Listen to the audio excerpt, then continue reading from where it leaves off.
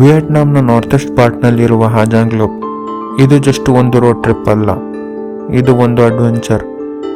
ಎಲ್ಲೆಲ್ಲೂ ಆಕಾಶ ಮುಟ್ಟುವ ಪರ್ವತಗಳು, ಪ್ರತಿ ಟರ್ನ್ನಲ್ಲೂ ಹೊಸ ಸೀನ್ರಿ, ಹೊಸ ಎಕ್ಸ್ಪೀರಿಯನ್ಸ್. ಮತ್ತೆ ನನ್ನ ಜೊತೆ ಈ ಬ್ಯೂಟಿಫುಲ್ ಹಾಜಾಂಗ್ ಲೂಪ್ನ ಅಡ್ವೆಂಚರಸ್ ರೋಡ್ ಟ್ರಿಪ್ಗೆ ನಿಮ್ಮೆಲ್ಲರಿಗೂ ವೆಲ್ಕಮ್.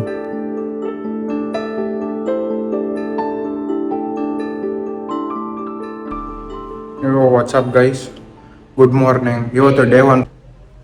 ಇದು ಅಕಾಮಿಡೇಷನ್ನು ನನಗೆ ಇವ್ರು ಕೊಟ್ಟಿರೋದು. ವಾಶ್ರೂಮು, ಯಾರು ರೆಸ್ಟ್ ರೂಮ್ ಎರಡು ಇಲ್ಲೇ ಇದೆ. ಆ್ಯಂಡ್ ಇದು ಡಾಮ್ಸು, ಈ ಥರ 4+4 ಡಾರ್ಮು. ಆ್ಯಂಡ್ ಇಲ್ಲಿ balcony. Very cold, it's very cold here in Ha Giang. ಇದು ಬಾಲ್ಕನಿ.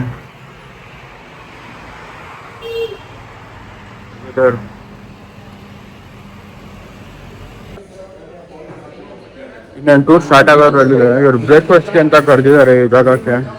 ಇಲ್ಲೊಂದು ಬಾನ್ ಮೀನು ಆರ್ಡರ್ ಮಾಡಿ, ಅದೊಂದೇ ಇದ್ದಿದ್ದು ವೆಜ್ ಆಪ್ಷನ್ನು. ಬಟ್ ಇಲ್ಲಿ ನೋಡಿ, ವ್ಯೂ ನೋಡಿ ಎಂತ ಕ್ರೇಜಿ ಆಗಿದೆ ಅಂದ್ರೆ.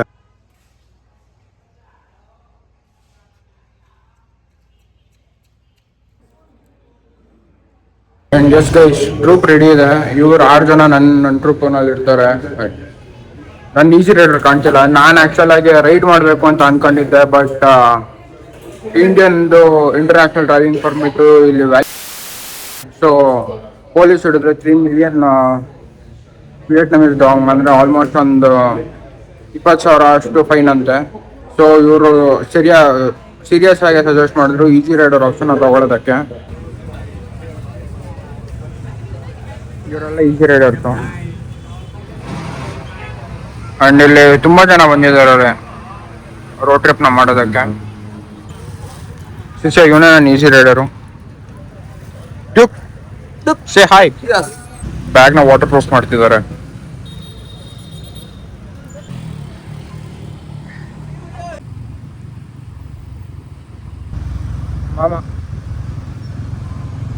ತಗೊಂಡಿದ್ರೆ ಹಾಕೊಂಡಿರೋ ಅವರು ಬೆಳಗ್ಗೆ.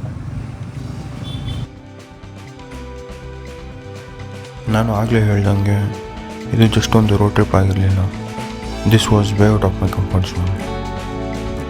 ಯಾವುದೇ ಬೇರೆ ಊರಿನಲ್ಲಿ ತಿಂದಿರೋ ಜನರ ಜೊತೆಗೆ ನಾನು ಈ ಥರ ಟ್ರಾವೆಲ್ ಮಾಡ್ತೀನಿ ಅಂತ ನಾನು ಕನಸಿನಲ್ಲೂ ಅಂದ್ಕೊಂಡಿದ್ದೀನಿ.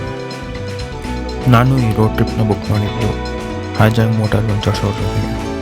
ಈ ಪ್ಯಾಕೇಜ್ನಲ್ಲಿ ಹನೋಯಿಂದ pickup, 4 days food, stay, sightseeing tickets, return bus ಎಲ್ಲ ಇನ್ಕ್ಲೂಡ್ ಆಗಿತ್ತು. ಇದೆಲ್ಲದಕ್ಕೂ ನನಗೆ ಒಂದು 4.5 ಮಿಲಿಯನ್ ವಿಯೆಟ್ನಾಮೀಸ್ ಡಾಂಗ್ ಆಯಿತು. ಅಪ್ರಾಕ್ಸಿಮೇಟ್ ಆಗಿ 20,000 ರೂಪಾಯಿ.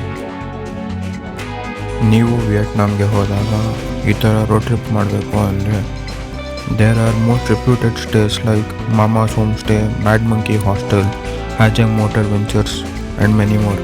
ನೀವು ಯಾವ್ದ್ರ ಜೊತೆಗಾದ್ರೂ ಬುಕ್ ಮಾಡ್ಕೊಂಡ್ಬಿಟ್ಟು ಈ ಥರ ರೋಡ್ ಟ್ರಿಪ್ನ ಮಾಡ್ಬೋದು.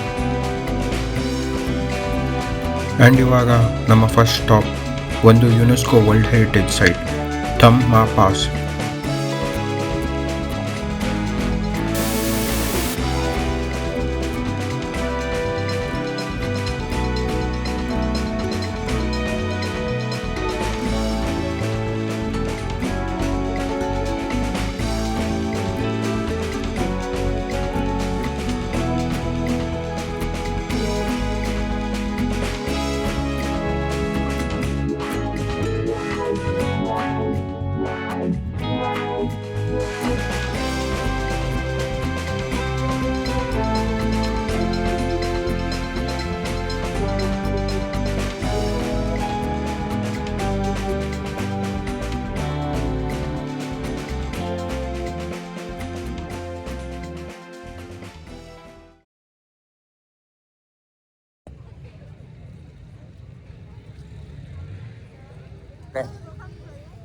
Very cool.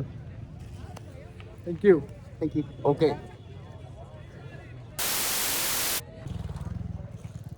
ಇಲ್ಲೊಂದು ಜಾಗಕ್ಕೆ ಬಂದಿದ್ದೀವಿ.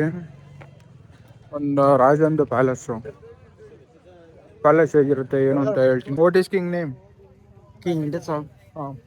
Vương Chí Sĩ. Vương Chí Sinh.